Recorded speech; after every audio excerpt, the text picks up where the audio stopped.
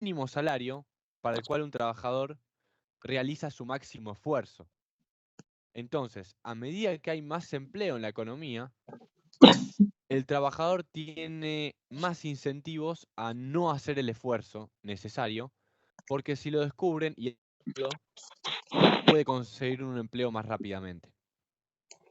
Para que eso no ocurra y el empleado termine realizando su máximo esfuerzo, es que se paga este salario de eficiencia, que sería el mínimo salario para el cual un trabajador decide realizar el máximo esfuerzo. Y ese mínimo salario es el que se refleja a lo largo de toda la curva de restricción de innovación. Perfecto, así que gracias por los comentarios. Y hago un entre paréntesis, ya que habían mencionado a la curva de oferta de trabajo. En este modelo no hay curva de oferta de trabajo. En este modelo está la restricción de innovación, que es una restricción que la analiza la empresa, y la curva de demanda, que también es una restricción es una curva que la analiza la empresa. Entonces, por parte del trabajador no hay una visión por parte del trabajador, más allá de saber que el esfuerzo de los trabajadores depende de ciertas variables que las habíamos explicitado acá. Pero después, no es que el trabajador decide si trabaja en un lugar o no. El trabajador simplemente es contratado por una empresa. Entonces, al no tener poder de decisión en dónde trabaja, el empleo no es algo voluntario, sino que es algo involuntario. Y eso se refleja también porque justamente no hay curva de oferta de trabajo, no hay personas ofreciendo trabajo en este modelo. Sí hay trabajadores que tienen una decisión, hacer un máximo esfuerzo o no hacer un máximo esfuerzo. Esa es la única decisión que puede tomar el trabajador. Entonces, como en todo modelo, el punto de equilibrio será el punto en el cual se igualan las curvas, en este caso la restricción de innovación con la curva de demanda. O sea, en el punto E de equilibrio se maximizan los beneficios para las empresas y se maximizan los esfuerzos de los trabajadores.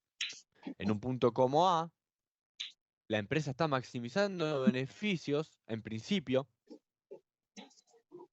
pero ese nivel de salario, un salario como AA, es un salario que no incentiva a los trabajadores a realizar su máximo esfuerzo, porque el salario que sí lo incentiva es uno que está más por arriba. Entonces, el punto A claramente no es un punto de equilibrio. Al empresario, según este modelo, le conviene contratar a un nivel de trabajadores como el punto NE y no como en el punto NA, digamos.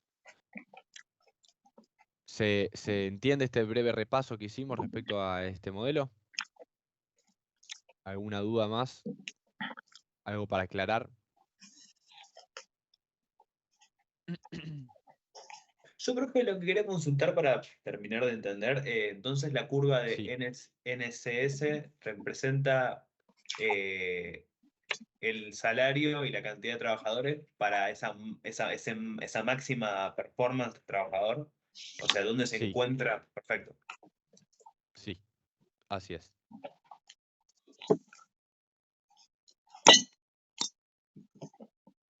Bueno, hacemos un breve shock, entonces, como les dije, los shocks pueden estar asociados a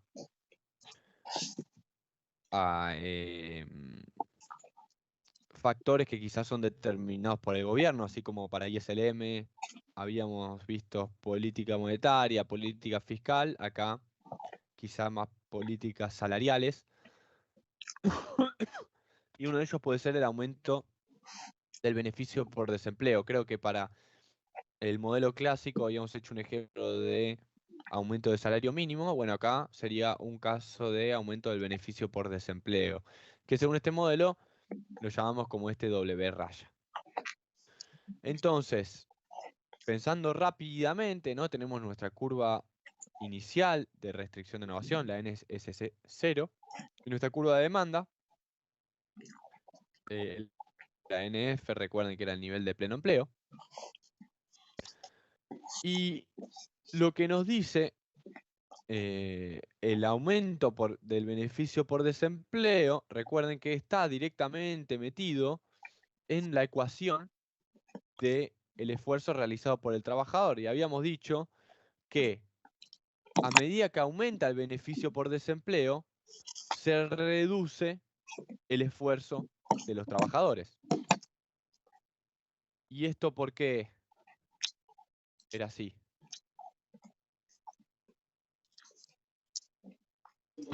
Porque el coste de oportunidad de perder el trabajo era menor. Perfecto, buena definición. Con el aumento del beneficio por desempleo se reduce el costo de que es desempleado. Porque ahora, con un mayor beneficio por desempleo, quedar desempleado no es tan malo. Cobro un buen beneficio por desempleo, por ejemplo, si este se incrementa a altos niveles.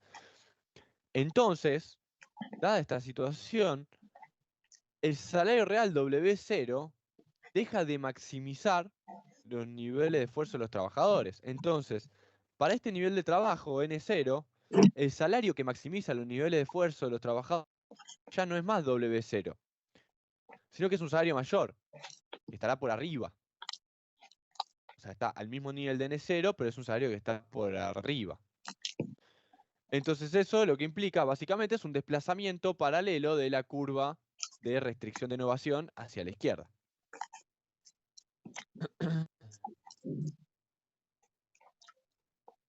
En este Profe, sentido, sí, no, una consulta para terminar de entender. sí. ¿El ordenado del origen qué representaría concretamente? Bueno, en este modelo concretamente no está explicitada porque no está explicitada tampoco la forma funcional de la restricción de innovación.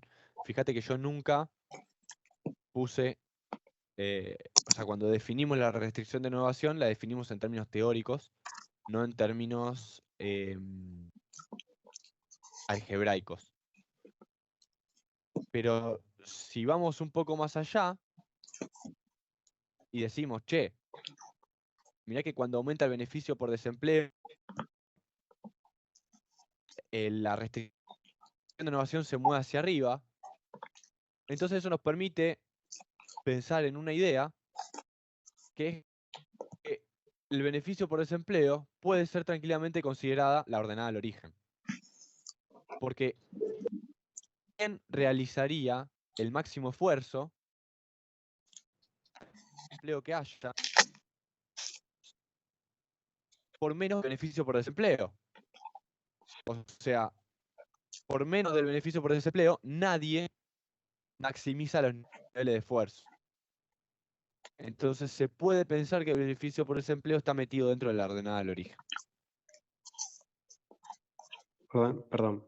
¿Se entendió? ¿Se escucha? Quiero saber si le quedó claro a la compañera. Sí, por eso preguntaba, porque me parecía que ¿Sí? tenía algo que ver también. Gracias. Perfecto. Intuías bien. Sí. La otra pregunta.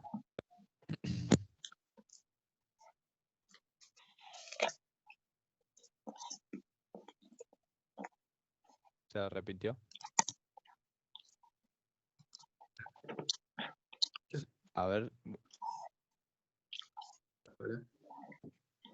Te escucho, joder, recién escuché un hola muy...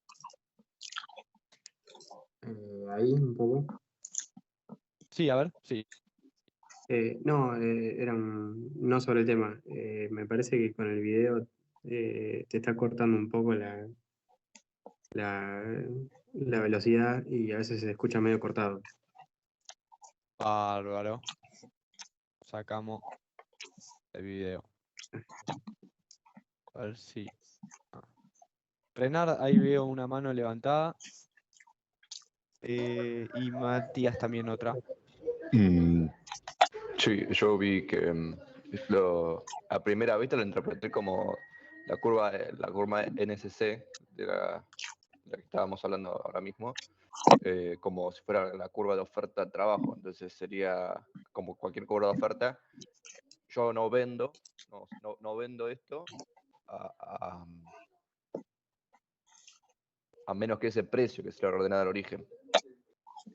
O sea, como si fuera un Sí. producto, sería como si superara, si ese nivel fuera justamente lo que cuesta producir ese bien, o algo del estilo. Perfecto, perfecto. Sí, si lo asociás en términos de la oferta de bienes, nadie vende un bien por menos de ese precio. Bueno, sí, es una buena asociación, una buena forma de pensarlo. En este caso, con la restricción de innovación. Nadie maximizaría los niveles de esfuerzo por menos de cobrar el beneficio por desempleo, porque para eso me despiden y cobro el beneficio por desempleo. ¿Para qué voy a estar haciendo esfuerzo? Así que sí, tiene relación. Algo parecido lo pueden pensar con el salario mínimo.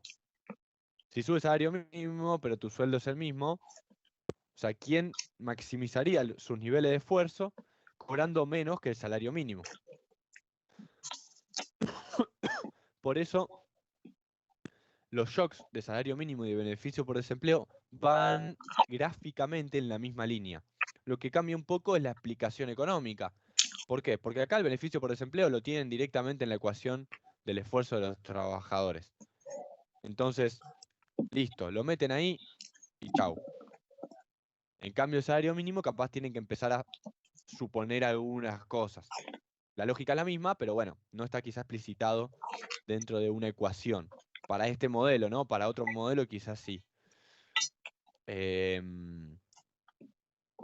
Pero bueno, piensen ambos shocks como que van en la misma línea. Creo que había una consulta más de Matías.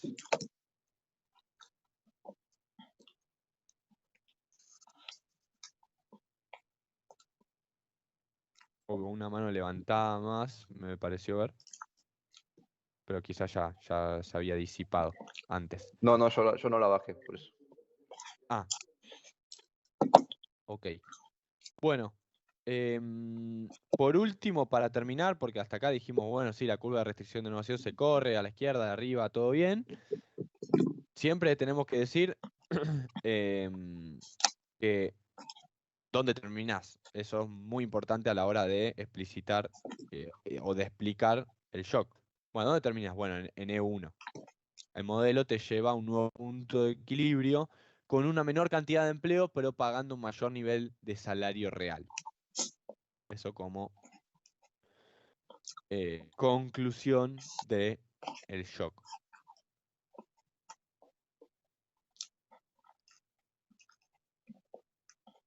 ¿Alguna duda más?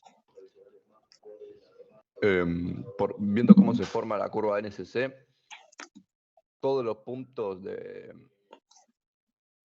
¿Cómo es? De estas curvas de intersección representaría, por así decirlo, el empleo voluntario, por así decirlo, ¿no? Porque como está No, relacionado con las preferencias de utilidad de los trabajadores con respecto al salario vigente, ¿puede ser? no, Y que no no esté contemplando el porque, involuntario. claro, no porque, de nuevo, acá, en este modelo, la única decisión que tiene el trabajador es decidir si hace esfuerzo o no. No decide si trabaja en la empresa o no. Decide cuánto esfuerzo realiza en la empresa. Entonces, lo que es voluntario es cuánto esfuerzo puede hacer en el trabajo. Lo que es involuntario es si lo despiden o no, y si lo despiden, si lo vuelven a contratar en otro lado. Entonces, la palabrita voluntario o involuntaria, dejémosla enmarcada solo en la cuestión del desempleo, para ver si el desempleo es un fenómeno voluntario o involuntario, y en este caso la conclusión es que el desempleo es un fenómeno involuntario, lo cual es una diferencia respecto al caso clásico. En este modelo, la cantidad de trabajadores contratados depende pura y exclusivamente de la demanda de trabajo. O sea, las personas que no trabajan, no es que no trabajan voluntariamente, sino que la única absorción de trabajo la realiza la demanda. Y si la demanda termina siendo insuficiente porque al trabajador, a la empresa, digo, le conviene contratar al punto de equilibrio de 0 o E1, y acá hay un montón de empleo que no está siendo contratado entre el nivel de pleno empleo y el de equilibrio, hay un montón de empleo que no está siendo contratado. Y esto no depende de estos desempleados que están acá, no es que no trabajan porque no quieren, sino porque simplemente la demanda de trabajo dice, che, a la empresa le conviene contratar a este punto, al punto de 0 o al punto de 1, y no al punto de pleno empleo. Si la restricción de no evasión pasase por el pleno empleo, bueno, quizá ahí sí, pero pasa por acá. Entonces, el desempleo es un fenómeno involuntario, dado que depende pura y exclusivamente de la demanda de trabajo.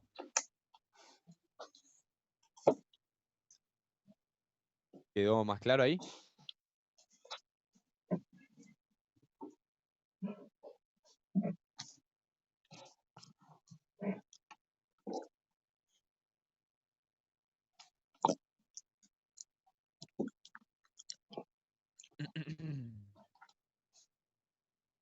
Bueno,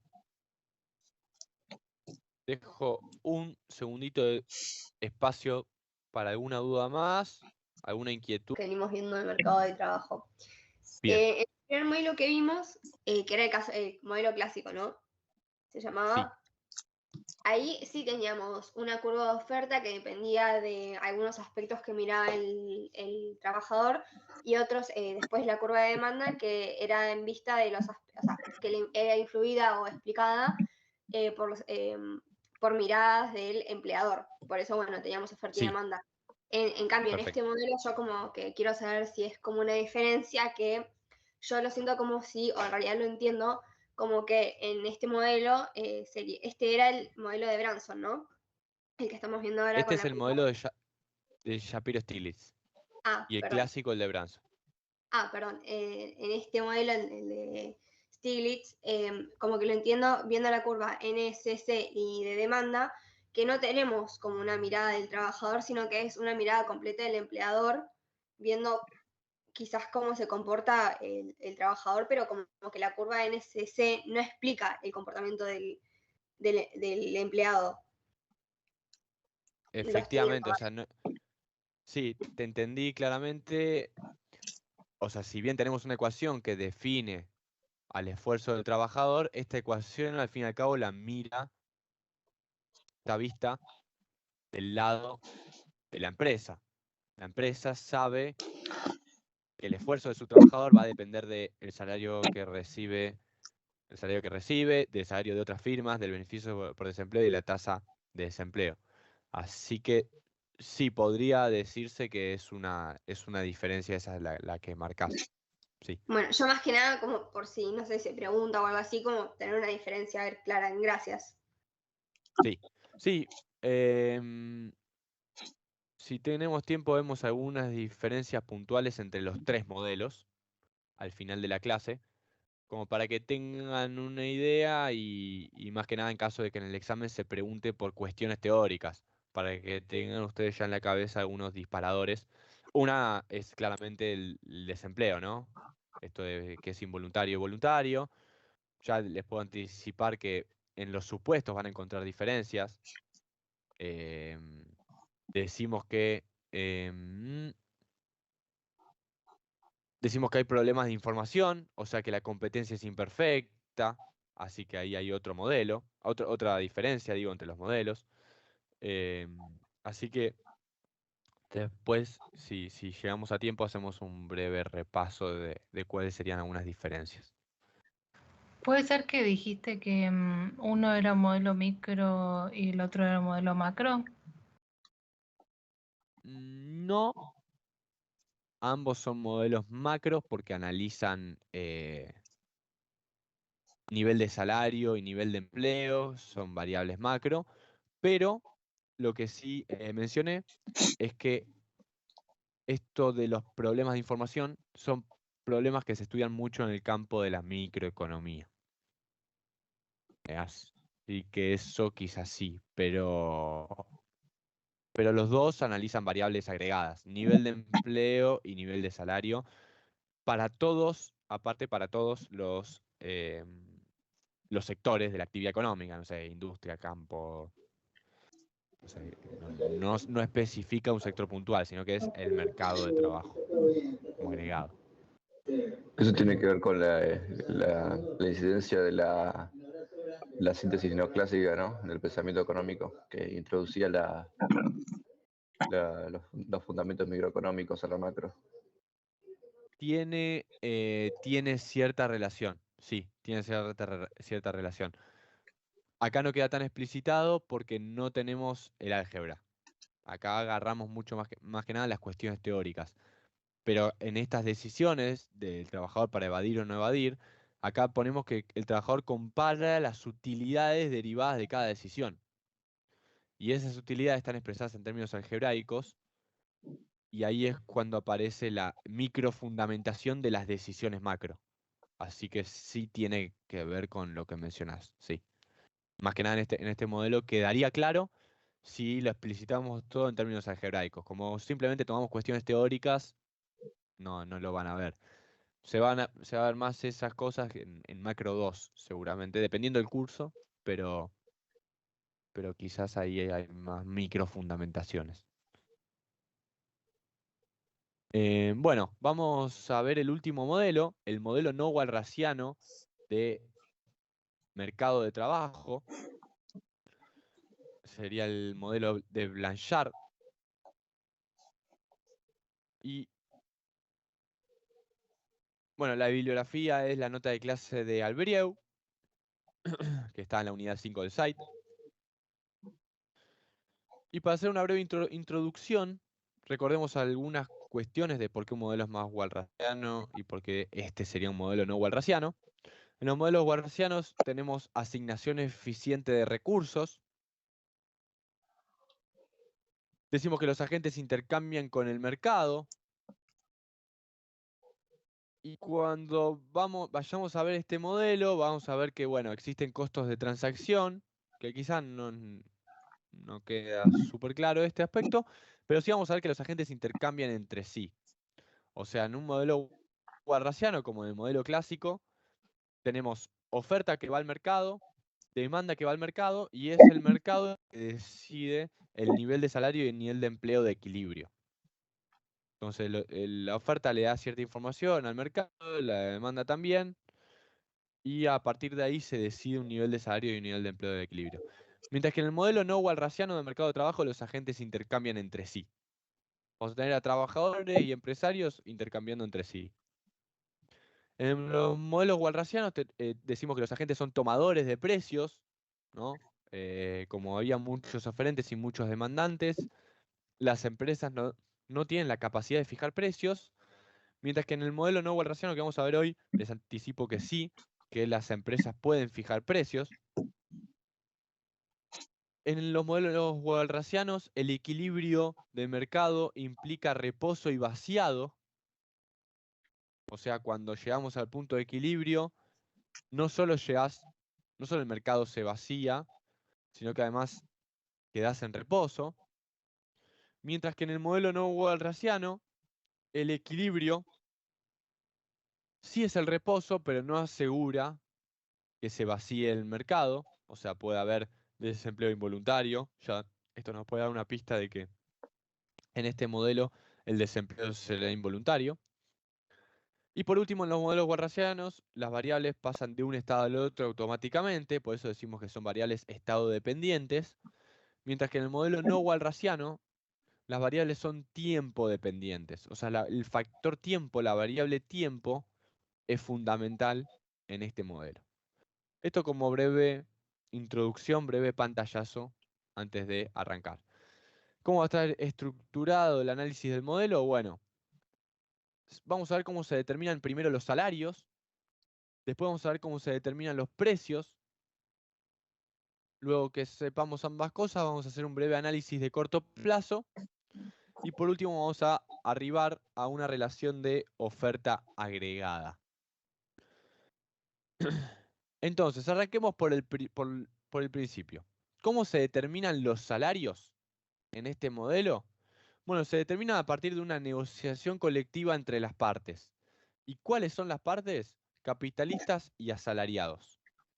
Entonces, ya acá tenemos esta primera intuición de que los agentes no intercambian con el mercado, sino que intercambian entre sí. Decimos que los salarios se determinan a partir de una negociación colectiva entre capitalistas y asalariados. Cámara empresaria con sindicatos se juntan y deciden el nivel de salario de su industria, de su sector. Los contratos de trabajo se actualizan cada un periodo determinado de tiempo. Y ahí es cuando aparece esta cuestión de que las variables son tiempo dependientes. O sea, no es que el salario aumenta de un día para el otro y aumenta porque hay una presión, aumenta mañana y después porque hay otra presión baja mañana y después porque hay otra presión sube mañana, sino que los contratos de trabajo se actualizan y se negocian cada un periodo determinado de tiempo. Será 3 meses, 6 meses, un año, el tiempo que sea, 2 meses, un mes, pero es un periodo de tiempo establecido de antemano, es decir, decimos que son variables tiempo dependientes. Lo que se pretende negociar son salarios reales. O sea, vamos a ver la W chiquita, ¿no? Cuando ponemos la W minúscula, decimos salario real, y cuando ponemos la W mayúscula, decimos que es salario nominal sobre precios, o sea, salario real. Pero se pretenden negociar estos salarios reales a través de salarios nominales. O sea, cuando se sientan capitalistas y asalariados y deciden un nivel de salario, deciden un nivel de salario nominal, pero no por la nominalidad en sí, sino que lo que buscan atrás es determinar un nivel de salario real. O sea, importa el poder adquisitivo, no importa si ganás 1000 pesos o 100 pesos. Importa cuál es la capacidad de compra de esos 100 pesos o 1000 pesos. Y por último aparece un factor que va a ser el poder de negociación relativo entre empresarios y trabajadores. O sea, el salario va a depender de si sube o si baja el poder de negociación relativo entre empresas y trabajadores. Ahora vamos a ver bien de qué depende este poder de negociación relativo. Entonces, vamos a establecer una muy simple ecuación de salarios. ¿Qué dijimos? Que se determina la ecuación de salarios, salarios nominales, W mayúscula. ¿Y de qué depende? Bueno, de los precios esperados, dado que los trabajadores y los empresarios miran salarios reales, y podemos suponer previsión perfecta, por lo tanto los precios esperados van a ser iguales a los precios. Pero para determinar el salario nominal importa ver el nivel de precios, por lo tanto, y de una función, que esta función está compuesta por el poder de negociación relativo entre empresas y trabajadores. Por eso en el numerador tenemos PNE de E de empresas y abajo tenemos PNT de trabajadores. Entonces vemos el poder de negociación relativo de las empresas con respecto a los trabajadores. ¿Cómo es el salario? ¿Cómo cambia el salario nominal? Cuando aumenta este poder de negociación relativo, bueno, disminuye el salario nominal. Y esto se ve con esta primera derivada. La derivada de la función con respecto a 1, con respecto al poder de negociación relativo, es negativa. O sea, si sube el poder de negociación por parte de las empresas, pueden determinar en el convenio salarios nominales menores. La pregunta es, ¿de qué depende este poder de negociación relativo? Bueno, responde a cambios en la tasa de desempleo. ¿Y cómo piensan que va a ser esa relación entre poder de negociación relativo y desempleo? Si la tasa de desempleo es alta, el poder de negociación relativo de las empresas es mayor. Perfecto, efectivamente. A medida que hay mayor desempleo, la empresa puede decir, che, al sindicato le dice, che, mirá, no te sube el sueldo porque atrás tengo un ejército de reserva, como a veces se dice, una cantidad fenomenal de desempleados que buscan laburo. Entonces te puedo rajar a vos y ellos van a querer contratar, van a querer ser contratados a este nivel de salario. Entonces, a medida que aumenta la tasa de desempleo, el poder de negociación para las empresas con respecto a los trabajadores sube. Por lo tanto, se determinan salarios nominales menores. ¿Y de qué otra cosa depende el salario nominal? De este factor Z. que son los factores institucionales. O sea, acá puede estar el seguro de desempleo, puede estar el salario mínimo, están las regulaciones, está el marco legal de los sindicatos, puede estar también el grado de sindicalización. ¿Y cómo responden los salarios nominales ante este factor Z? Bueno, positivamente. Se ve con la derivada de la función f con respecto a 2, que sería Z. Entonces, a medida que se incrementen estos factores institucionales, o sea, suba el seguro de desempleo, suba el salario mínimo, hay mayores regulaciones, por ejemplo, no sé, se duplica las indemnizaciones, por ejemplo, o aumenta el grado de sindicalización en algún sector, bueno, se pueden determinar salarios nominales mayores. No es lo mismo negociar con un sindicato que cubre al 90% de todos los empleados que con un sindicato que solo está sindicalizado en un 5%. Claramente va a tener un menor poder de negociación ese sindicato que otro con un alto grado de sindicalización. Entonces, estos factores institucionales o el salario mínimo, el salario nominal, perdón, dependen positivamente de estos factores institucionales.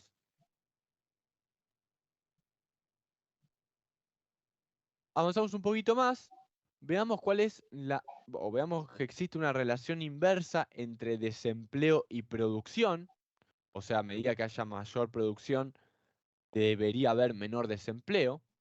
Y para ello vamos a ver cómo es la función de producción, vamos a establecer algunos supuestos. Acá decimos que la función de producción tiene rendimientos constantes a escala, o sea, la segunda derivada de la producción con respecto a la cantidad de trabajadores es igual a 0. ¿Y a qué les hace acordar esto? ¿A qué modelo? ¿O a qué no les hace acordar de otros modelos?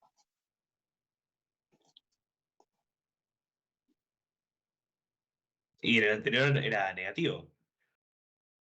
Perfecto, tanto en el modelo clásico como eh, en el modelo de salarios de eficiencia, los rendimientos marginales eran positivos, pero decrecientes en la segunda derivada.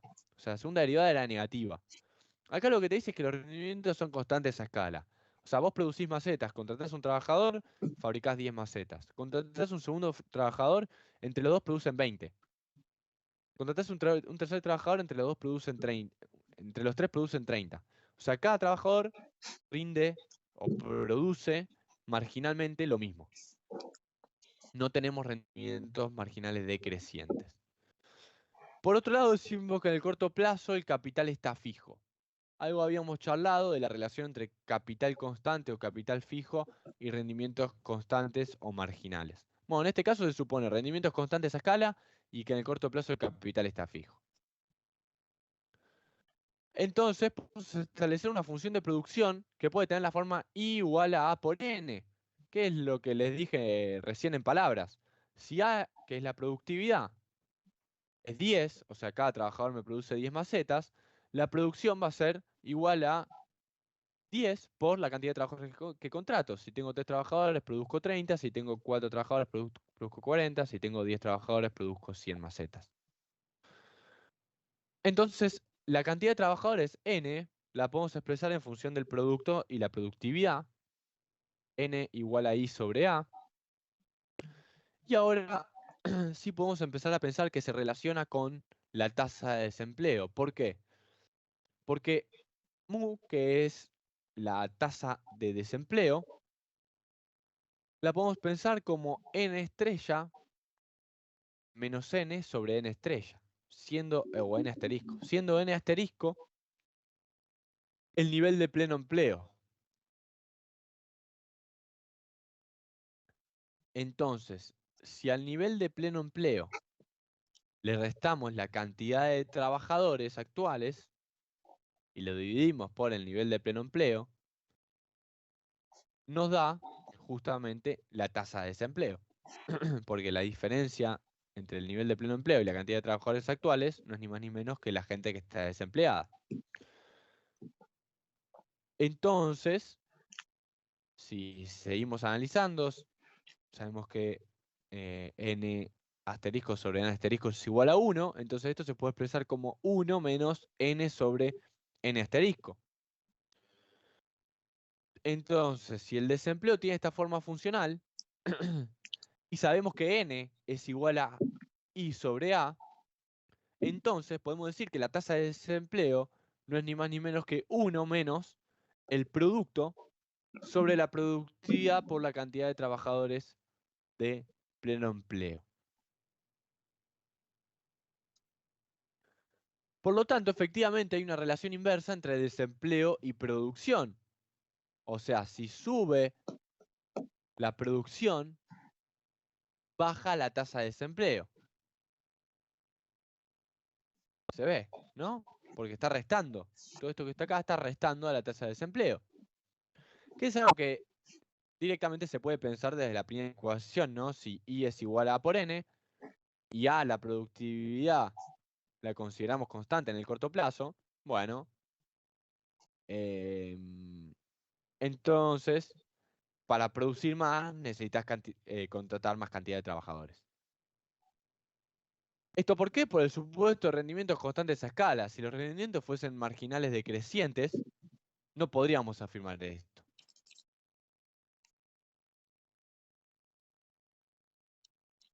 Entonces, nuestra ecuación de salarios, y ahora ya que estamos más cancheros, lo podemos expresar en términos reales, o sea, como dijimos que los salarios nominales se utilizan, se determinan para en realidad determinar salarios reales, lo que podemos pensar es que entonces el salario real esperado depende de dos variables, de la tasa de desempleo, que refleja las fuerzas relativas de negociación entre empresas y trabajadores, y que sabemos que tiene una relación inversa con el nivel de actividad, y de Z, los factores institucionales.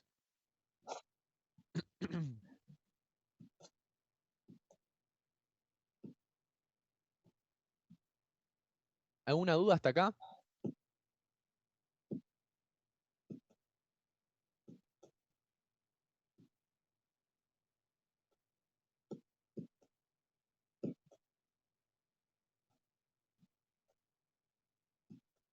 Bueno, avanzamos.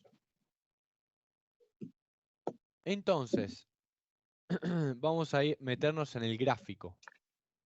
Sabemos que la determinación de los salarios nominales, por lo tanto reales, dependen de la tasa de desempleo y de Z, que son los factores institucionales. Entonces, de esta manera vamos a poder enunciar una de nuestras primeras relaciones, que es la relación WS, que es la wage setting, que al fin y al cabo es determinación de salarios traducido.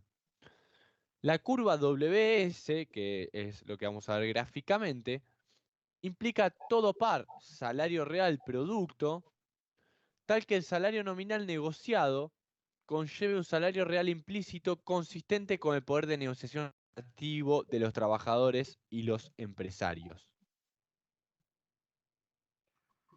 Perdón, profe, ¿lo puedes repetir, por favor? Sí. ¿Qué Repito. Sí. Repito. La relación WS, determinación de salarios, implica todo par, salario real producto, tal que el salario nominal negociado conlleve un salario real implícito consistente con el poder de negociación relativo de los trabajadores y los empresarios. O sea, la curva WS nos dice los puntos de salario real y producto tal que sean consistentes con el poder de negociación relativo entre empresarios y trabajadores.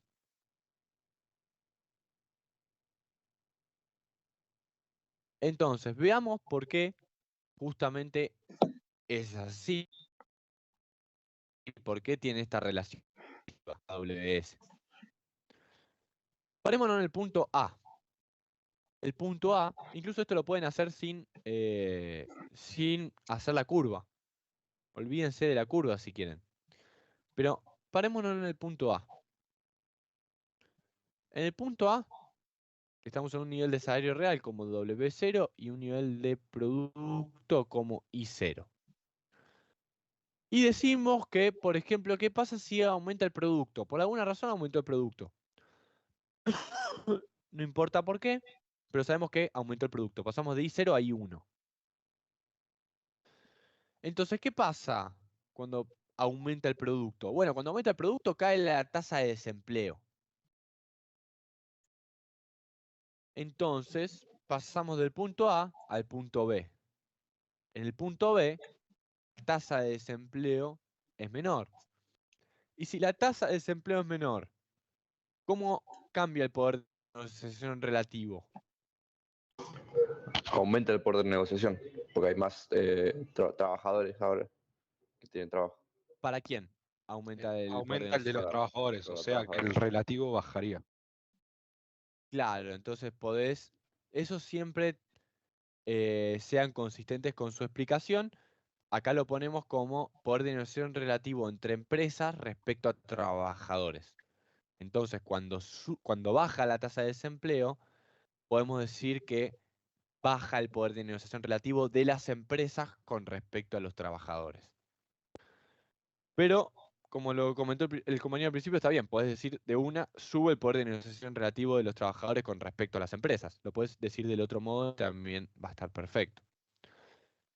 Entonces, esto implica que en el punto B, el salario real debería subir, porque ahora los trabajadores tienen mayor poder de negociación relativo. Entonces, en el próximo convenio, y acá es cuando juega la variable tiempo, no es que, como bajó la tasa de desempleo, aumenta el salario real automáticamente. No, lo que te está diciendo es, che, de acá a 3 meses, de acá a 6 meses, cuando se negocie el próximo salario, los trabajadores van a poder determinar salarios nominales y por lo tanto reales mayores. Entonces, de B a C lo que se refleja es un aumento de salarios, sube el salario nominal, y dado los precios, sube el salario real. ¿Hasta qué punto sube? Hasta el punto C. Hasta el punto en el cual el salario real vuelve a ser consistente con el poder de negociación relativo. Por eso tiene pendiente positiva nuestra curva de determinación de salarios. A medida que sube el producto, los trabajadores pueden determinar salarios reales, salarios nominales y por lo tanto reales mayores. Entonces, si vos estás en algún punto por abajo de la curva, como en este caso el punto B, la derivada del salario nominal con respecto al tiempo es una derivada positiva. O sea, a medida que pasa el tiempo, el salario nominal tendería a aumentar. Mientras que si estás del otro lado, por arriba de la curva, la derivada del salario nominal con respecto al tiempo es negativa. O sea, si estás en algún punto a la izquierda de C o a la izquierda de A, el salario nominal y por lo tanto el real tendería a bajar. Mientras que si estás en el punto A o en el punto C, el salario nominal, una vez que llegas a ese punto, llegas a el reposo de la variable. ¿Se entendió hasta acá la determinación de salarios? Sí. Perfecto, profe. Y entonces estaríamos en desequilibrio hasta la próxima negociación. Claro, o sea, el punto B no es un punto de equilibrio, el punto de equilibrio sería el C. Pero momento, porque todavía falta ver cómo se determinan los precios. Entonces, no me quiero meter todavía a afirmar algo respecto al equilibrio. Acá una pregunta, no me la voy a olvidar, que dice, ¿cómo se desplazaría la curva de determinación de salarios?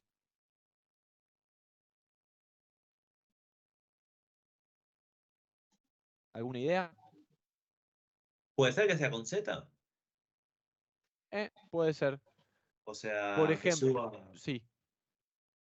No, digo que suba el salario mínimo, o como el seguro de desempleo, o los sindicatos sean más fuertes, no sé, algo por el estilo. Perfecto, si tenemos en este caso un shock de salario mínimo de beneficio por desempleo, pero pensemos quizá en uno de salario mínimo, la curva WS, la determinación de salarios, se desplazaría paralelamente hacia arriba. ¿Por qué? Porque al mismo nivel de producto, o sea, al mismo nivel de desempleo, o sea, al mismo nivel de poder de negociación relativo, se pueden determinar salarios nominales y por lo tanto reales mayores. Repito, habría un desplazamiento de la curva WS con un aumento del salario mínimo, porque con un aumento del salario mínimo los sindicatos pueden juntarse con las empresas y decirle, che, miren que aumentó el salario mínimo, tenemos que aumentar el salario, por lo menos hasta el salario mínimo. O sea, no nos podemos quedar abajo del salario mínimo. Le da una guía, muchas veces se dice que el salario mínimo es como una guía o un faro a la hora de determinar los salarios nominales. Entonces, si sube el salario mínimo, al mismo nivel de producto, por lo tanto al mismo nivel de tasa de desempleo, por lo tanto al mismo nivel de poder de negociación relativo, se pueden determinar salarios nominales y por lo tanto reales mayores. Ahora después vamos a ver un shock. Pero efectivamente la Z sería la ordenada al origen de esta curva.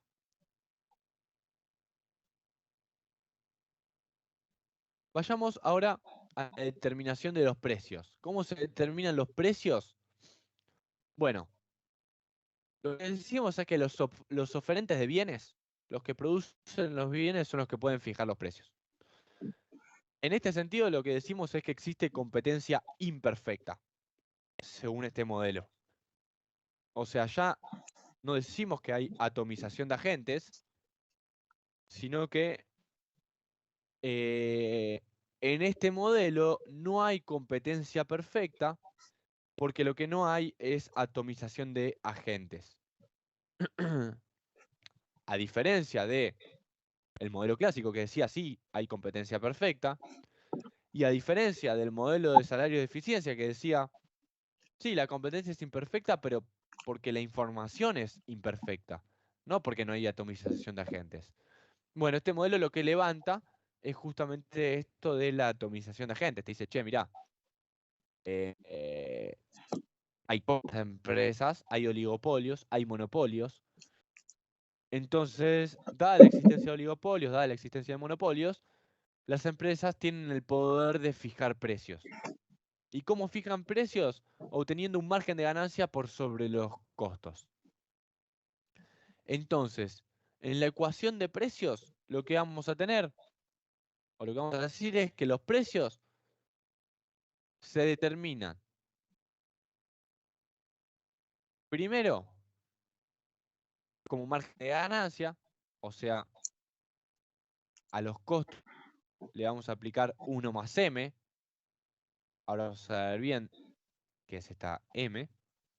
¿Y cuáles son los costos? Bueno, el salario nominal y la cantidad de trabajadores por unidad de producto, porque lo que estamos viendo es cuál es el precio de un bien. Entonces, el precio de un bien no es ni más ni menos que el salario nominal por la cantidad de trabajadores por unidad de producto. A ese costo se le aplica el margen de ganancia. Por eso se le multiplica por 1 más M. Y el margen de ganancia depende del nivel de competencia de cada mercado. Mercados más concentrados, de hacer monopolios, tienen Perdón, se está poder trabando de todo. fijar.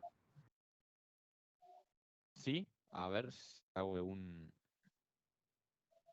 Acerco un poco más afuera para que tome mejor el wifi, no sé. A ver. Al resto también se traba. Sí, sí, sí. Sí, sí. Sí. Ok, a ver. Acá me tira que el wifi está pleno, pero bueno, vamos a cerrar, no sé. Full. No sé si servirá de algo. Y ¿Podrás vamos a repetir lo cerrar. último? Igual cuando Sí, arranque. ahí repito todo. Sí, ahí repite todo. Y vamos a cerrar esto y vamos a quedarnos solo con esto. Bueno, dígame cualquier cosa si se vuelve a trabar. Profe, yo me quedé con una duda de lo que mencionó antes. ¿Le puedo preguntar ahora, A antes ver. decía? Cuando Sí. había dicho que aumentar los aumentos en el salario mínimo desplazarían, bueno, la ordenada de origen, por ejemplo, entonces desplazarían la curva eh, y el salario de equilibrio sería mayor, ¿no? Yo no dije salario de equilibrio, pero dije que se pueden determinar salarios nominales y por lo tanto reales más. Ok, genial, eso. Sí. Tengo una duda, cuando aumenta así el salario mínimo, digamos, ¿no tendería a aumentar también el desempleo? Porque aumentarían los costos de contratación, digamos. ¿Y el desempleo acá a qué está asociado acá? Claro, por eso mismo estaría asociado al poder de negociación relativo. Tendría más poder de negociación las empresas y por ende tendería a equilibrar un poco para abajo, digamos, ese aumento en los salarios. Eh, de nuevo, ¿qué depende del desempleo? El desempleo en este modelo es 1 menos el producto A por N estrella. Nada más y nada menos que eso. Ok, El poder de negociación relativo depende del nivel de desempleo, pero no ok, viceversa. ok. Entonces, en este modelo lo considero así y listo. Porque yo considero, no sé, capaz lo que se tiende a Sí. pasar vos lo pensás quizás en lo que pasaría en una economía cuando imaginado más en el extremo, quizás, no sé, decir, bueno, ahora cuadruplicamos los salarios mínimos. Muchas empresas dirían, bueno, che, no me alcanza o el margen de beneficio no me termina dando positivo, entonces tenderían a reducir el personal para seguir en funcionamiento o tendería, claro, por ese lado a aumentar el desempleo. Por eso yo lo creía más por eso. Pero bueno, entiendo que en este modelo eh, no lo determina, digamos, al desempleo eso. Claro, no. No, en este modelo no. Después habría que quizá puede estar bueno para estudiar qué tanto el desempleo depende del salario mínimo. O sea, quizás si lo pensás a nivel de una empresa sí, pero si los salarios son mayores, también aumenta el consumo, por lo tanto, ¿por qué vas a echar a alguien si vas a poder producir más y vender más? Y la otra pregunta que puedo hacer es, eso suponiendo que los precios son fijos. Y lo que vamos a ver acá, que justamente está relacionado con lo que decís, es, mirá que las empresas pueden subir los precios. O sea, si sube el salario nominal, según este modelo también, la empresa puede subir los precios. Por lo tanto, puede no echar gente, o sea, en términos del razonamiento que habías hecho, ¿no? Claro, O y sea, si también se puede subirían dar los esa situación, precios, puede trasladarlo a precios. claro, y si subirían los precios, bueno, capaz es el caso de una empresa, pero si subirían los precios, entonces el salario real no. Si los precios tienden a subir en la misma medida de lo que sube el salario nominal, entonces el salario real se mantendría estable, ¿no? Te respondo en 15 minutos cuando terminemos la determinación de precios porque va a ir por ahí la lógica del modelo. Dale, gracias. Bárbaro. Buena pregunta. Em, entonces, repito de nuevo todo lo de la determinación de los precios, dado que se había cortado un poco. Decíamos que los precios se determinan o los fijan los oferentes. Y los fijan los oferentes porque hay oligopolios, hay monopolios en la economía. Ya no trabajamos en un modelo de competencia perfecta como en el modelo clásico. Tampoco trabajamos en el mismo modelo de competencia imperfecta, el modelo de salario de eficiencia, porque el modelo de salario de eficiencia te dice que la competencia no es perfecta porque la información es imperfecta, mientras que este modelo lo que te dice es, che, la competencia es imperfecta, pero porque no existe atomización de agentes. La información es perfecta, de hecho, decimos en un supuesto que podemos suponer previsión perfecta incluso. O sea, acá no nos importa la información, sino que nos importa que no haya atomización de agentes. O sea, hay pocos oferentes y muchos demandantes, pero pocos oferentes de bienes. En este sentido, la empresa tiene el poder de fijar precios obteniendo un margen de ganancia por sobre los costos. Entonces, nuestra ecuación de precios va a ser 1 más M, que es el margen de ganancia, por el salario nominal, por la cantidad de trabajadores por unidad de producto. Porque yo lo que quiero ver es el precio de un solo bien, no el precio total de los bienes, sino que cuántos trabajadores necesito para hacer un solo bien. 3. Entonces, el precio no es ni más ni menos que el margen de ganancia por sobre 3 salarios. Este margen de ganancia dijimos que depende del nivel de competencia de cada mercado. O sea, un mercado en el cual hay 1 o 2 productores, lo más probable es que esos productores tengan un mayor margen de ganancia. En cambio, en mercados menos concentrados, con más competencia, es probable que el margen de ganancia sea menor. Entonces, vamos a seguir un poco más. Habíamos dicho que la producción no es ni más ni menos que A por N. Y podemos decir que en el corto plazo el único costo adicional es el trabajo, dado que consideramos al capital como fijo. Y podemos suponemos además rendimientos constantes a escala. Y hasta podemos simplificar y decir que la productividad es igual a 1, porque esto no nos va a alterar nada, es simplemente para simplificar. Así como yo les había dicho que la productividad podía ser 10, cada trabajador me produce 10 macetas. Ahora acá decimos que A es igual a 1. Cada trabajador que contrato produce una maceta más. Entonces, esto es simplemente para simplificar y para llegar a la conclusión de que el costo de producir una unidad más de un bien es el salario. Entonces, nuestra ecuación de precios se comporta de la siguiente manera. P es igual a 1 más M por el salario nominal. Y si lo pasamos, o lo que podemos determinar determinando los precios, es al fin y al cabo el salario real. O sea, a partir de la determinación de los precios, se puede determinar un salario real que sería igual a 1 sobre 1 más el margen de ganancia. Esto sale de pasar los precios dividiendo para un lado y pasar 1 más M dividiendo para el otro. Y fíjense que acá tiene una estrella, el margen de ganancia en esta determinación de salario real a partir de la ecuación de precios. Y este asterisco, esta estrella, nos hace referencia al margen normal de ganancia.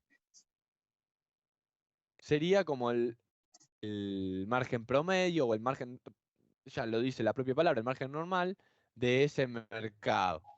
No sé, puede ser 30%, 20%, 15%. Pero es cierto margen normal que los empresarios están acostumbrados a cobrar por sobre el salario nominal.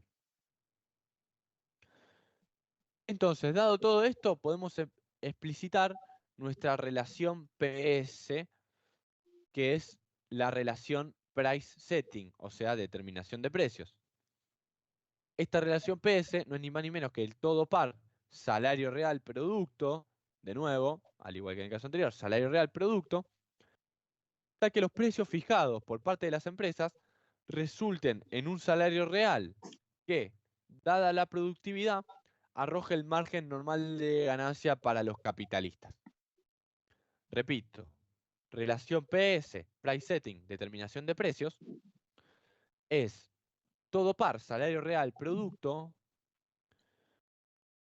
para que los precios fijados por las empresas resulten en un salario real consistente con el margen normal de ganancia para los capitalistas.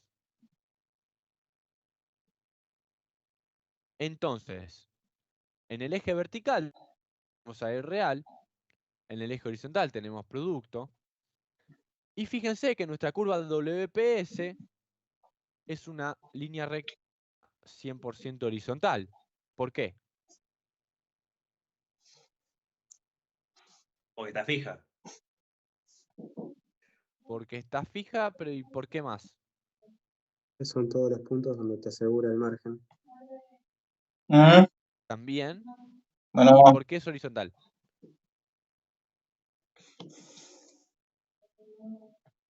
O sea, en la curva sí, son todos los puntos que aseguran el margen. Puede ser una curva con alguna pendiente. ¿Por qué no tiene pendiente? Porque el salario real no varía. Porque el margen no depende de la cantidad de producción. Perfecto, ahí está. Esto tienen que acostumbrar a ver gráficos. Tienen que acostumbrarse a ver gráficos, a entender los gráficos, más allá de entender los modelos, de cómo se mueven las curvas, cómo... Porque en los gráficos lo que estamos comparando es, che, ¿qué pasa con el salario real cuando cambia algo? ¿O qué pasa con el eje vertical cuando cambia algo del eje horizontal? Entonces lo que decimos acá es que el salario real depende pura y exclusivamente del margen normal de ganancia. Nunca tenemos al producto en esta ecuación de determinación de precios. No aparece. Si no aparece el producto, no hay relación entre salario real y producto. Por lo tanto, los puntos que determinan el margen normal de ganancia son puntos en una línea recta. No importa, independientemente del nivel de producto, el salario real consistente con el margen de ganancia es este que está acá. Y nada más.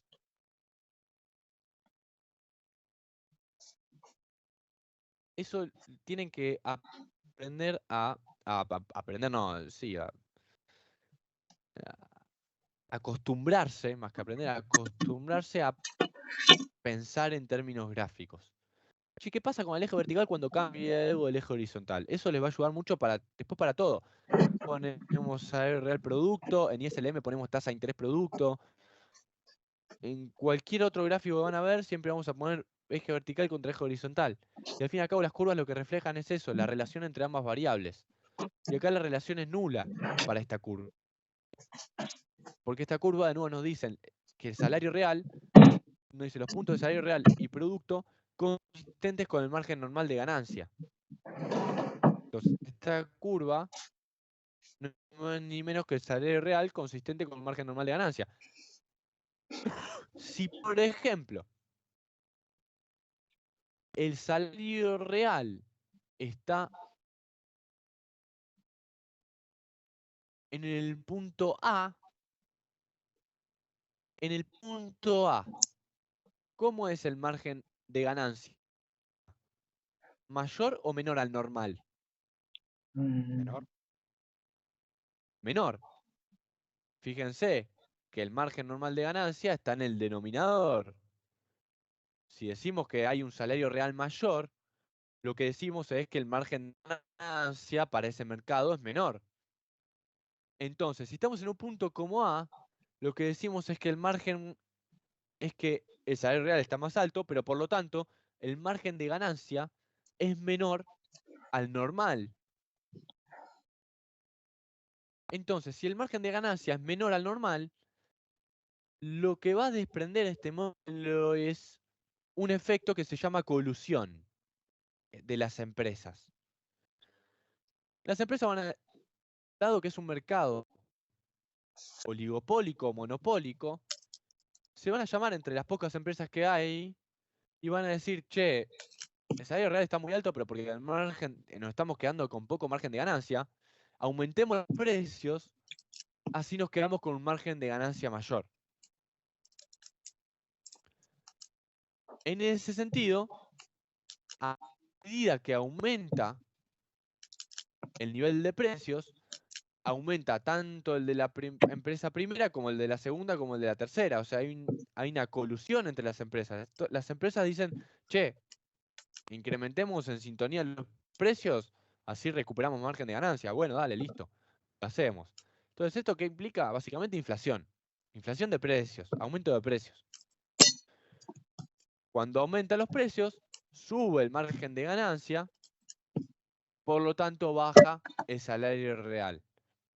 ¿Y hasta qué punto ocurre eso? Bueno, hasta que de nuevo el salario real sea consistente con el margen normal de ganancia. A ese punto deja de incrementarse el nivel de precios.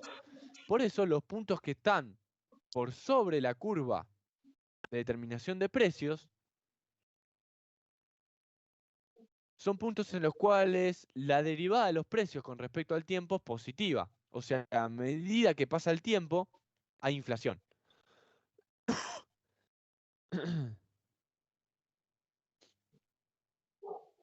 En cambio, si estamos por debajo de la curva de determinación de precios, por ejemplo el punto B, en el punto B el salario real está por abajo, ya no está por arriba. Por lo tanto, eso implica que en el mercado el margen de ganancia es superior al normal.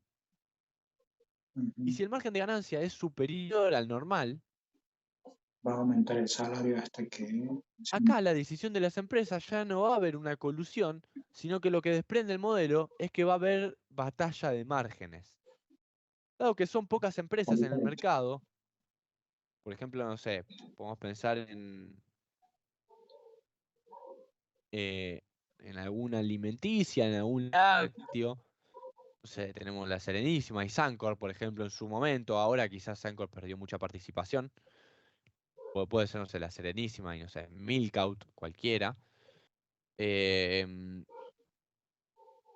Lo que van a decidir algunas de estas empresas es, che, si yo bajo el precio, me puedo quedar con todo el mercado. Porque cuando vaya la gente a comprar el sachet de leche, no le va a importar si es marca la Serenísima o si es marca Milkout. Van a agarrar el más barato.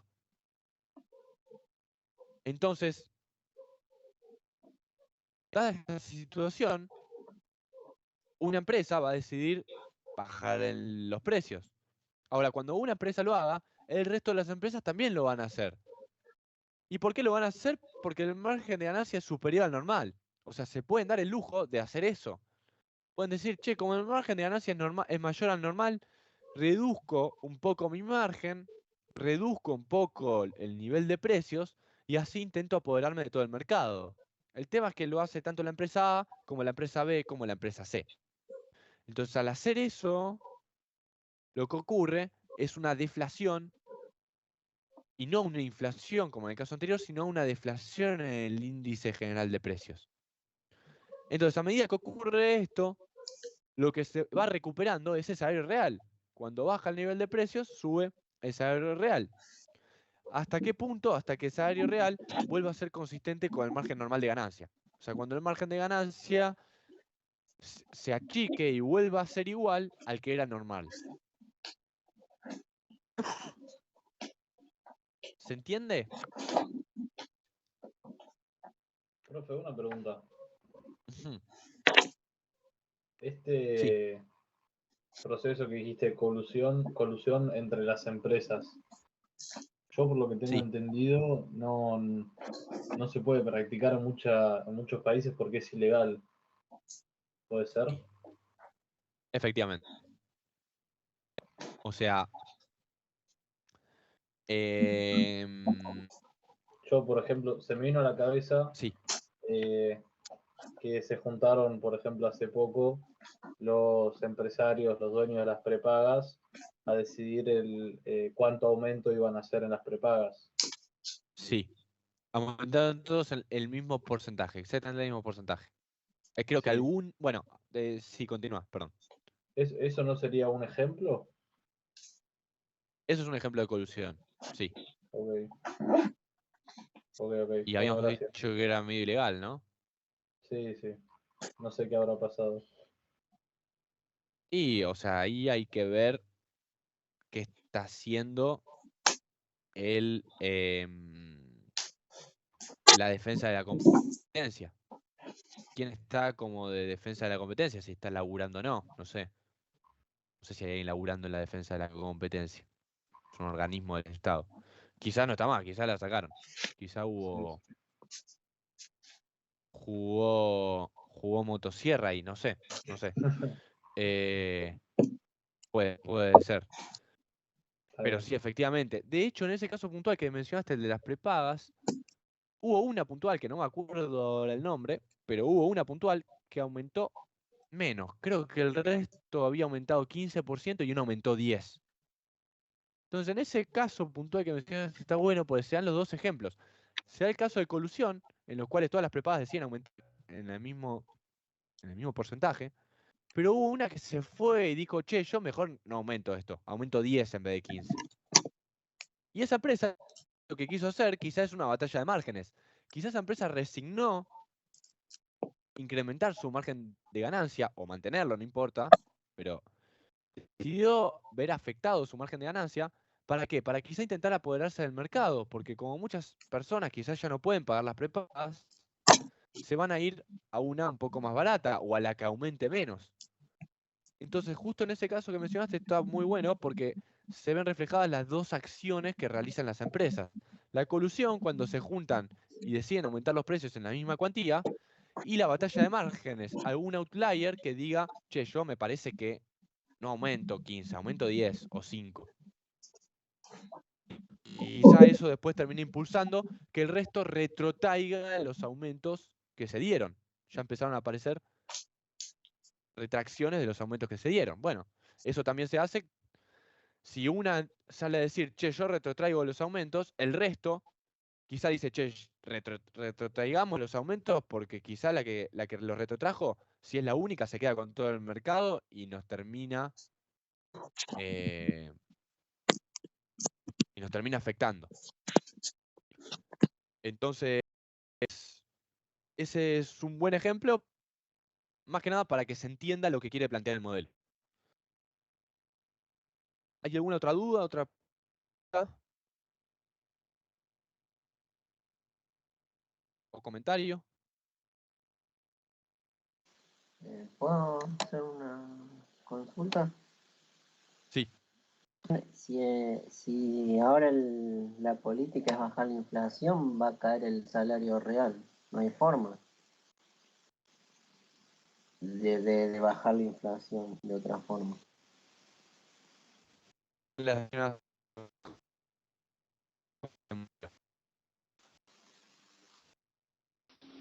Y que mantener el margen de ganancia normal. O sea, si tenés que mantener el margen de ganancia normal, ¿cómo haces para no aumentar los precios? Yo no relaciono tanto eso que comentás con este modelo. Por lo menos no lo veo así tan explícito. Está bien. Sí, No, por eso quizá te consulto, por eso no estoy seguro. en otra época, a ver, no sé, bueno, la mayoría de ustedes deben tener entre 20 y no sé, 40 años. Pero bueno, los últimos más de 20 años nunca hubo deflación. O sea, si bien este modelo tiene muchos conceptos que se asocian a la realidad o se reflejan en la realidad, quizá hay otros que no tanto, porque nunca vivieron inflación en los 20 años. Entonces, Pero bajar la inflación no es inflación, ¿o sí? claro, por O sea, eso digo, tener una una cosa es bajar inflación la inflación, no digo que bajen los precios, sino que no sigan aumentando en tanta... claro, pero este modelo plantea el caso de deflación. Claro. Entonces, por eso digo, no lo puedes relacionar con lo que ocurre en la realidad. Por ahora Ah, está bien, sí. Está bien, te entiendo. puede suceder y quizás este modelo puede volver a ser aplicado. Entonces, avancemos un poco más y veamos que como tanto la fijación de precios como la de salarios, la determinación de precios, van a determinar el nivel de empleo. Entonces, para ser breve, teníamos nuestra ecuación de que es una inversa entre el desempleo real o directa entre el nivel de salario real. Pero la ecuación de salarios depende del nivel de precio. Pasamos a términos reales, depende únicamente de la tasa de desempleo institucional. De precios refleja la relación inversa entre real y ganancia. O sea, disminuye el salario real y viceversa. El equilibrio, bueno, se igualan, se determina un nivel de salario real consistente con la ecuación de salarios y consistente con la ecuación de precios. Entonces, si es consistente con la ecuación de salarios, consistente con el poder de negociación relativo, y si es consistente con la ecuación de precios, es consistente con el margen normal de ganancia. Entonces, en este modelo, para retomar algunas de las cosas que estuvimos charlando, el equilibrio en la determinación de salario se refiere a la estabilidad del salario nominal en el tiempo, entre convenio y convenio. O sea, el equilibrio es básicamente el punto en el cual el salario es estable en el tiempo. Ese va a ser el equilibrio. Un salario real consistente con la determinación de salarios y un salario real consistente con la determinación de precios. Entonces, ahora sí llegamos a un análisis corto plazo del modelo, en el cual tenemos en el eje vertical el salario real y en el eje horizontal el nivel de producto. Y tenemos nuestras dos curvas, la curva de determinación de salarios, la que tiene pendiente positiva, y la curva de determinación de precios, la que es 100% horizontal. Entonces el punto de equilibrio es el punto A. En el punto A hay un nivel de empleo consistente con el poder de negociación relativo y con la fijación de precios. O sea, en el punto A está sobre la curva WS y sobre la curva PS. Entonces, ese es el punto de equilibrio. Ahora, ¿qué pasa si nos vamos de ese equilibrio, por ejemplo, con un shock de aumento del producto? O sea, ¿qué pasa si aumenta el producto en este modelo? Entonces, si aumenta el producto, lo primero que vemos es que pasamos del punto A al punto B. O sea, sube el producto, sube el nivel de empleo, por lo tanto baja la tasa de desempleo. Y por ahora no dijimos nada del salario real. Pero ¿qué pasa en el punto B? ¿El punto B es el punto de equilibrio o no? Profe, creo que no estamos viendo o sea, nos quedamos trabados en una diapositiva. Yo no A estoy viendo el ver, gráfico. muevo Yo ahí se tampoco. ve. ¿Sí, sigue viendo el mismo gráfico siempre? Sí. Sí. Bueno, dejo de compartir y vuelvo a compartir. Gracias. A ver. Tuki.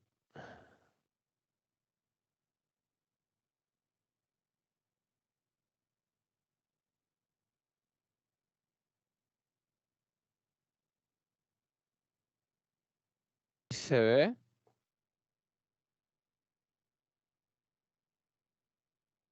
Vemos en la ecuación de precios.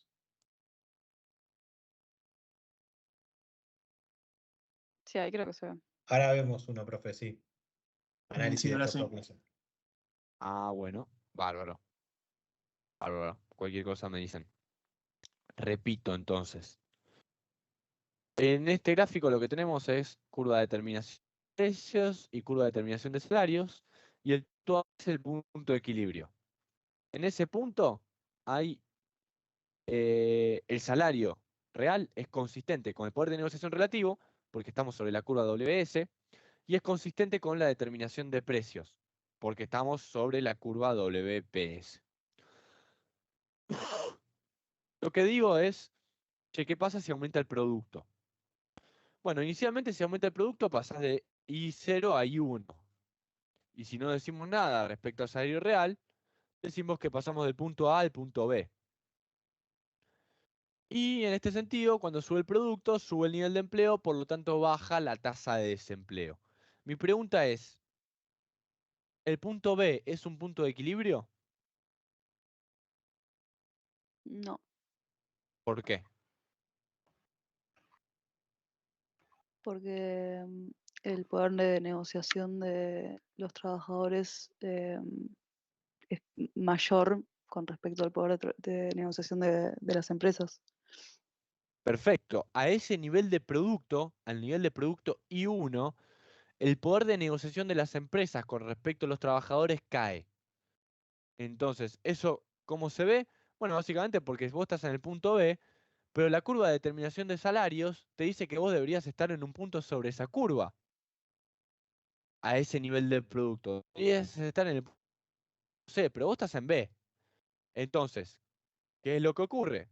Tal como dijiste, cuando baja la tasa de desempleo, baja el poder de negociación relativo de las empresas con respecto a los trabajadores, por lo tanto en el próximo convenio no es que pasa automáticamente de A a B y de B a C, así nomás, no. Hay una variable de tiempo en el medio. En el próximo convenio, será los 3 meses, será los 6 meses, pero es en el próximo convenio, suben los salarios nominales y por lo tanto reales del punto B al punto C, siendo así consistente con la curva de determinación de salarios. La pregunta ¿es el punto C un punto de equilibrio? Y me imagino que no, porque está por encima de los precios. O sea, Perfecto. va a haber inflación. Ok, vos ya anticipás que va a haber inflación. ¿Por qué? Porque dijiste, che, vos estamos en un punto C, pero mi curva de determinación de precios está por acá abajo. Entonces ahí hay una inconsistencia. Esa inconsistencia, ¿cuál es? Que básicamente cuando subió el salario real, el margen de ganancia para las empresas disminuye respecto al normal. Entonces, el margen de ganancia termina siendo menor respecto al normal, por lo tanto el efecto que se va a dar en este mercado es el efecto colusión. Las empresas van a coludir y van a incrementar los precios en sintonía para recuperar margen de ganancia, y cuando hacen eso, cuando recuperan margen de ganancia, vuelve a disminuir el margen normal. Perdón, vuelve a disminuir el salario real. Cuando recupera el margen de ganancia, vuelve a disminuir el salario real. ¿Hasta qué punto? Bueno, hasta que de nuevo te pase por la curva, o sea, por la curva de determinación de precios. O sea, hasta que el margen de ganancia vuelva a ser igual al normal. La pregunta es, ok, bueno, pasamos del punto C al punto D, que es igual a B. ¿El punto D es un punto de equilibrio o no?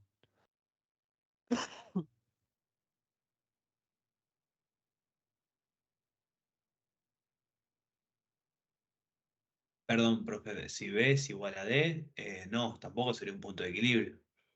O sea, No, porque, perfecto, tal cual. ¿Por qué?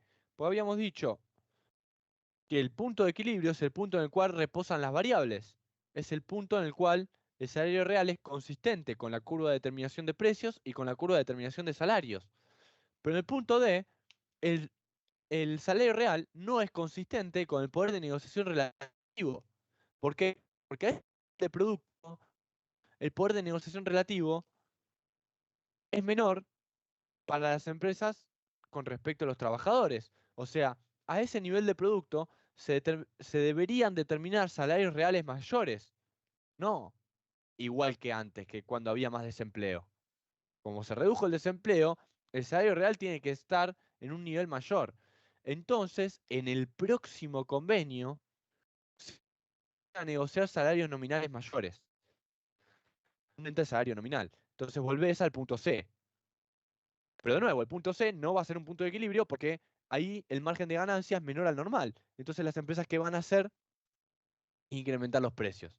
Entonces, de esta manera, dado este shock, lo que terminamos viendo es básicamente una espiral inflacionaria, una espiral salario-precio, en la que parecería no observarse ningún punto de equilibrio. ¿Se entiende? Sí. Tendremos que achicar I para volver al equilibrio. Para volver al equilibrio tenés que volver al punto A. Y para volver al punto A tenés que achicar I, tal cual.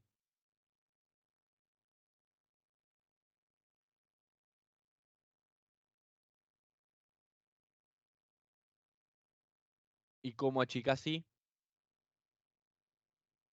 No según este modelo, ¿no? Pero digo, en términos generales. Y no, podríamos bajar el gasto, por ejemplo.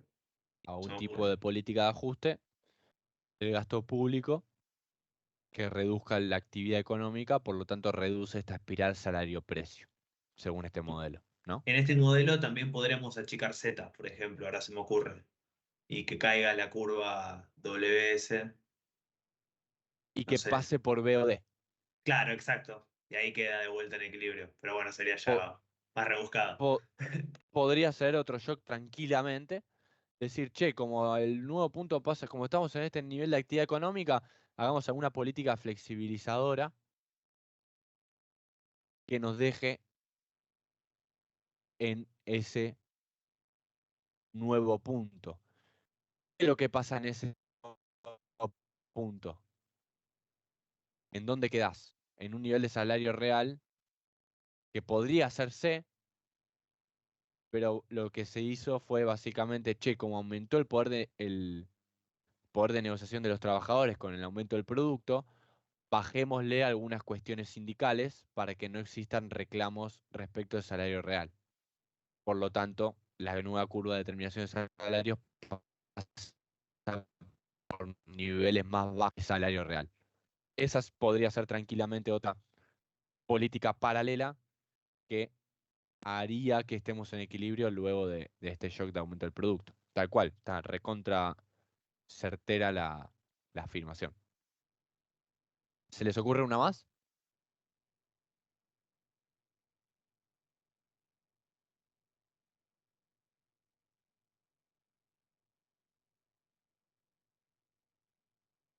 Dijimos volver al nivel inicial. Dijimos mover la WS. ¿Se podría mover la WPS? Si se establece otro margen de ganancia normal, ¿se podría mover para arriba? ¿Y cómo hacemos para que se mueva por arriba? ¿Cómo tiene que ser ese nuevo margen normal? ¿Mayor o menor? Menor. Mayor. ¿O no? A ver. Menor, ¿no? Menor. Claro. Ah, cierto, sí, Recordá sí, que sí. Sí, sí, sí. el denominador, ¿no? A medida que es menor el margen normal, Sí, sí, mayor tal es el cual. salario real. Claro, entre más alto sea el salario, menor va a ser el margen. Tal cual. Entonces, ¿qué otra política puede ser? Bueno, quizá incentivar la competencia en sectores altamente concentrados. Si ocurre eso y se reduce el margen normal de ganancia, sube la curva WPS hasta el punto C. Y ahí quedaríamos en equilibrio de nuevo.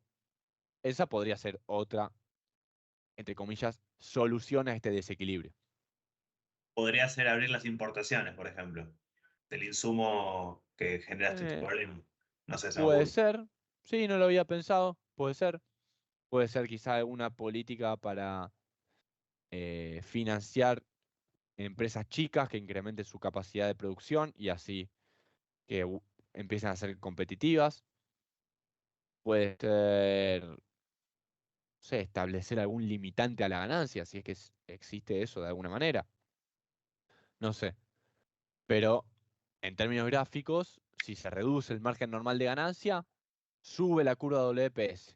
En cambio, cuando sube el margen normal de ganancia, baja la curva WPS. Profe, si tratases de poner precios máximos, quizás se reduce el margen de ganancia y también. Eso no afecta al margen normal, pero si vos decís ponerle precios fijos, más que precios máximos, ponerle precios fijos de alguna manera. si de alguna manera podés fijar los precios, no va a haber inflación. O sea, no va a poder haber colusión, por lo tanto no va a poder haber inflación, por lo tanto no vas a pasar del punto C al punto B o D. Igualmente, en términos gráficos, estarías en desequilibrio, pero, o sea, a lo que voy es que la curva WPS solo se mueve si cambia el margen normal de ganancia. Ok, ok. Igual está bueno el ejemplo que diste como para pensar, che, me quedo en C a propósito, digamos, y eh, Profe, forzándolo a quedar en C. Eso podría ocurrir. Sí, ¿me puedes explicar, por favor, qué pasa de B a C? Que no entiendo. sí. De B a C, o sea, primero para eso te tengo que explicar brevemente por qué pasas del punto A al punto B, porque simplemente básicamente yo dije que el shock es un aumento del producto, en el cual pasás del punto I0 a I1. Pasás de I0 a I1 y no dije nada respecto al salario real. O sea, aumentó el producto de A a B. El tema es que cuando aumenta el producto, se reduce la tasa de desempleo. Y cuando se reduce la tasa de desempleo, se reduce el poder de negociación de las empresas con respecto a los trabajadores. Por lo tanto, en el próximo convenio, dentro de 3 meses, 6 meses, cuando se junten empresarios y sindicalistas y negocien un salario nominal y por lo tanto real, van a negociar un salario nominal y por lo tanto real mayor. ¿Por qué? Porque bajó la tasa de desempleo. Cuando baja la tasa de desempleo, los sindicatos tienen más poder, básicamente. O sea, hay más empleo en la economía, quizá tienen mayor cantidad tienen más cantidad de gente y al tener más cantidad de gente dicen, che, aumentame el salario nominal y por lo tanto el real. Esa relación se ve con la pendiente positiva de la curva WS. Entonces pasás del punto B al punto C. O sea, del punto B al punto C lo que hay es aumento de salarios nominales y dado los precios reales. Perfecto, gracias. El tema es que cuando se da este aumento de salarios, lo que hay después es un aumento de precios que te tira el salario real de nuevo a B. Y así se da este efecto sucesivamente. Entonces el punto D no es un punto de equilibrio. Vamos a hacer una práctica comparada. ¿Cómo es el producto inicial respecto al final? ¿Mayor o menor? Menor. Menor. Bien. ¿Cómo es la tasa de desempleo inicial respecto a la final? Mayor. Mayor. Bien. ¿Cómo es el salario nominal inicial con respecto al final?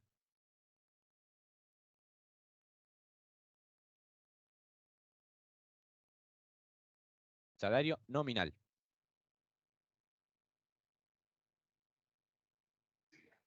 Si el final es D, sí creo que es igual. Salario nominal, no real. Menor. Menor. Lo que estamos diciendo es, aumenta el producto, baja la tasa de desempleo y aumenta los salarios nominales, que pasás del punto B al punto C. Después te lo tira abajo por aumento de precios. Ok. Y si extendemos esto al mediano plazo y al largo plazo, ¿qué pasa? Tenemos de nuevo otro aumento de salarios nominales. Entonces, los aumentos, el salario nominal en el punto final van a ser mayores que en el punto inicial. Lo mismo ocurre con el nivel de precios. Los precios siempre se incrementan. Si siempre se incrementan los salarios, siempre se incrementan los precios. La pregunta es, si terminamos en el punto D, ¿cómo es el salario real inicial con respecto al final? Igual. Igual. Igual, ahí sí. ¿Dónde lo vemos en el eje vertical.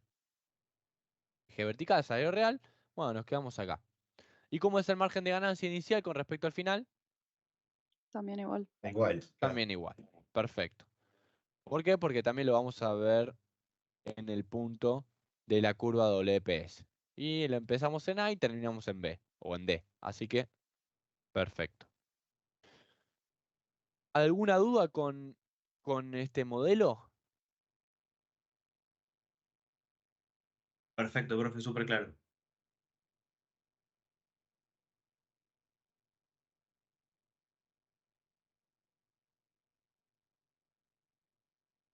Escucho dudas.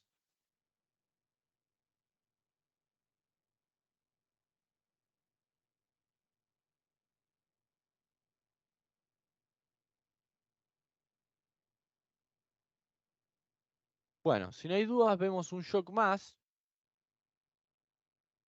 muy simple, que es el aumento del salario mínimo, que ya un poco lo habíamos anticipado. Dijimos que podemos partir de nuestra curva de determinación de salarios inicial y nuestra curva de determinación de precios inicial, que pasa por el punto A. Y lo que decimos es que hay un aumento del salario mínimo, o sea, de los factores institucionales. Si aumentan algo en los factores institucionales, esto impacta positivamente en la determinación de los salarios nominales. O sea, al mismo nivel de producto y por lo tanto de tasa de desempleo, se pueden negociar en el próximo convenio salarios nominales y por lo tanto reales mayores. Por lo tanto, lo que vemos es un desplazamiento de la curva WS. O sea, al mismo nivel de producto y cero, ahora puedo determinar salarios nominales y por lo tanto reales mayores. Entonces, esta nueva curva pasa por puntos al mismo nivel de producto por puntos de salarios reales mayores. Por lo tanto, en el próximo convenio se negocian estos salarios, se efectiviza este incremento en los salarios nominales y por lo tanto reales. Por lo tanto, el salario aumenta del punto A al punto B, o sea, de W0 a W1. Ahora, el punto B es un punto de equilibrio. No es de equilibrio. No es de equilibrio, ¿por qué? Y porque no está del lado de los precios. O sea, es mayor al nivel de precio real. Cuando lo querés comparar con la curva de determinación de precios, lo que ves es que el margen de ganancia es menor al margen real. Entonces, dada esta inconsistencia, las empresas van a decidir coludir, aumentando en sintonía en los precios, y esto es un proceso gradual y dinámico, no es que aumentan de un día para el otro lo justo y necesario para recuperar el margen normal de ganancia, sino que van aumentando los precios de a poco. Y dado este incremento de precios, lo que se contrae es el salario real. O sea, las empresas recuperan margen de ganancia, pero en detrimento de un menor nivel de salario real que vuelve al punto C. Y acá lo mismo que en el caso anterior. El punto C es inconsistente con la nueva curva de determinación de salarios, porque con el shock, con el aumento del salario mínimo, la curva de determinación de salarios pasa por acá ahora. A ese nivel de producto se pueden determinar salarios nominales y por lo tanto reales mayores. Entonces, el punto C no es un punto de equilibrio y la sucesión de efectos, esto de suba de salario nominal, inflación, suba de salario nominal, inflación, suba de salario nominal, inflación, se va a dar sucesivamente.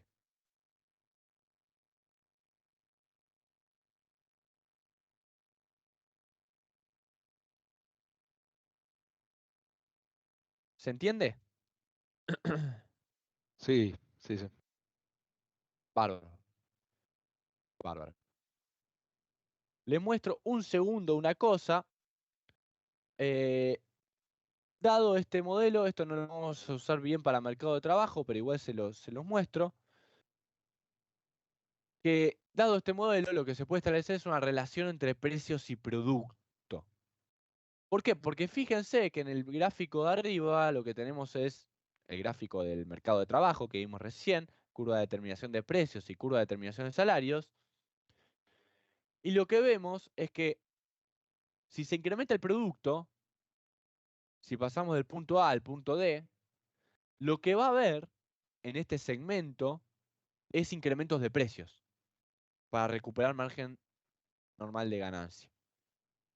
Mientras que si nos vamos del otro lado y bajamos la actividad económica, lo que va a haber es deflación, reducción del nivel de precios. Entonces, de este modelo lo que se desprende es una relación precios-producto. O sea, dado que estás en el punto A, dado el nivel de precio inicial P0 e I0, si aumenta el producto, aumenta el nivel de precios. Y si reduce el producto, se reduce el nivel de precios. Entonces, de esta manera, la relación que se puede establecer es la relación de oferta agregada. Que en cada punto, lo que está ocurriendo es que el margen normal que el margen vuelva a ser el normal. O sea, en cada punto, el margen de las empresas es el normal. ¿Por qué? Porque si no hubiesen aumentado los precios, el margen sería menor. Entonces, cuando aumenta el producto, para recuperar margen normal de ganancia, tienen que aumentar los precios. En cambio, cuando se reduce el producto, para, para bajar ese margen normal, ese margen de ganancia que es excesivo, se reducen los precios. ¿Se ve?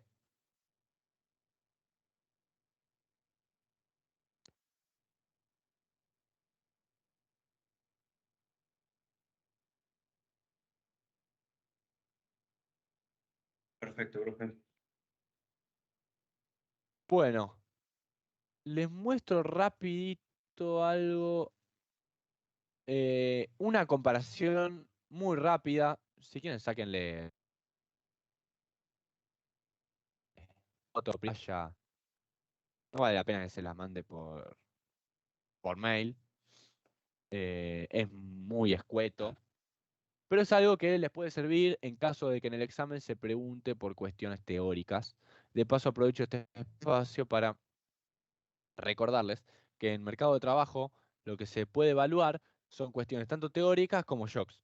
Los shocks ya vimos que no salen de lo que es un aumento de salario mínimo, beneficio por desempleo, en alguno de los tres modelos, o en los tres modelos, o en dos de los tres modelos.